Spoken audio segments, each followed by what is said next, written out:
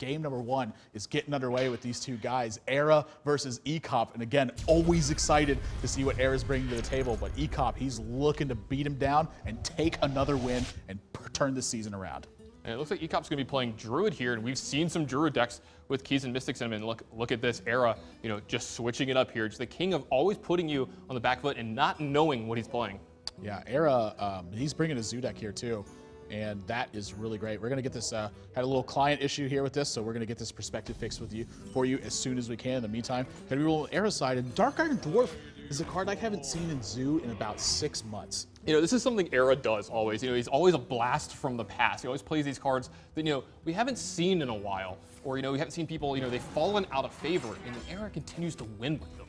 Yeah, that's just what he does, and you gotta be glad to see no wild growth. But wow, look at Ek0p's hand. If he picks up a Wrath or an Innervate in this next turn, ErA is going to be falling behind very early, and it's going to be difficult to recover. Yeah, Keeper of the Grove, great minion in this matchup, and that is a big game hunter in ErA's hand here as well. You never have any idea what he's going to do. And actually, I don't really mind the big game hunter choice in here because he's got the Dark Iron Dwarf. I imagine there's also Abusive Sergeant here as well.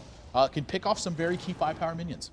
Love this play from Ek0p here as well. Just use the Savage Roar as a removal spell. Your hand's powerful enough to win this game. You don't need the Savage Roar to combo out. Make sure you get to that late game and can play this Ragnaros. Yeah, well, it's going to be a little bit of a challenge for him. Dark Iron Dwarf is one of the cards that puts a lot of pressure on a Druid. Get in there, Diddy. Do some work.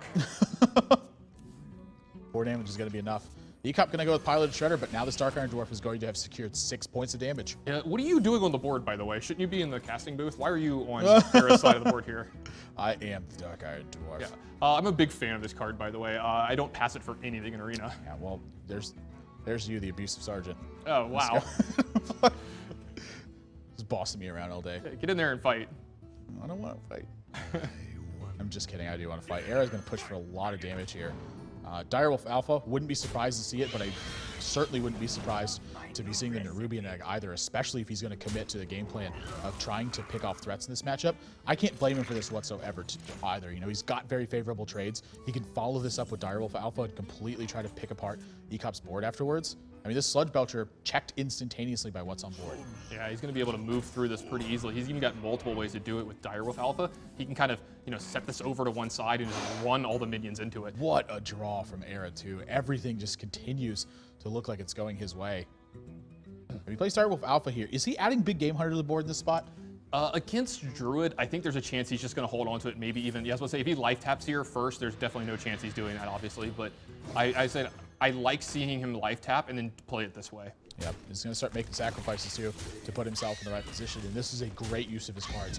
Try to keep himself as invulnerable to swipe as he possibly can, and 12 points of damage now. How does Ek0p pull out of this one? Look, there's even the swipe. Yeah, no, he has swipe and Wrath. He can even Keeper of the Grove plus Wrath this turn as well, so he's going to be able to fight a little bit here, and this is pretty good for him. He's going to be able to take care of a lot of this board position, leaving ErA with just a Direwolf Alpha, but as you see, he's got some good backup here in his hand. Yeah, Knife Juggler and Defender of Argus almost certainly going to be the play in this spot. Yeah, match made in heaven right here. Yeah, can't blame him for this one. Secures the board position again and starts pushing damage. And it gets in some extra damage here as well. It's a little weird to have your Direwolf Alpha. That with Defender of Argus always kind of has a weird interaction. It's what I like to call a non-bow in these games. But well, Ek0p, this is a decision for him with this Keeper of the Grove. So yeah, exactly. I don't expect him to necessarily play it in this spot. He's got to do something else to secure this board position. I mean, maybe he plays Keeper of the Grove here, but he's got to leave Knife Juggle on the table. Yeah, this is such a hard turn. What do you do here as Ek0p? I think you hope. I think hope is really the best bet at this point. Gonna taunt up, but ErA has got plenty of ways to fight through this. I fully expect Doomguard to be hitting the table this turn. Now, do you life tap first? I don't think you do, because keeping any of these 3-drops doesn't really matter that much. And if you life tap afterwards, you lose any threat of picking off as like a second Doomguard from your hand. This juggle is pretty important. Yeah, it's the minion as well. Yeah, it's actually wanted to go to face there because he's got it next to the Direwolf Alpha. So 6 points of damage. So Ek0p's sitting at 6 right now. I don't think there's a way he recovers this board state.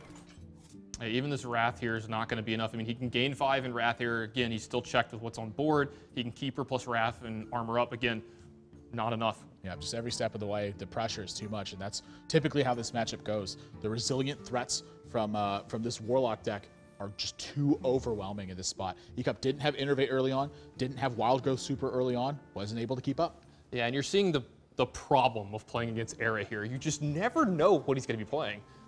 Yeah, Dark Iron Dwarf did a lot of work this game, by the way. It forced swipes, dealt extra damage. You know, just a problematic card. It's you know, the reason it was in this deck to begin with, you know, very early on was because of Druid. It was just such a strong card against that deck.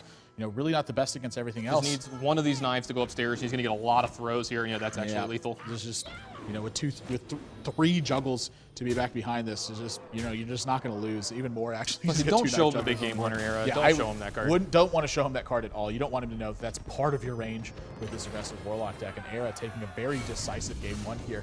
You know, Ek0p doing what he can to fight from behind. But again, the big story here is didn't have Wrath early, didn't have Wild Growth early, didn't have Innervate early. And when you're fighting from behind the entire game, Druid can't recover.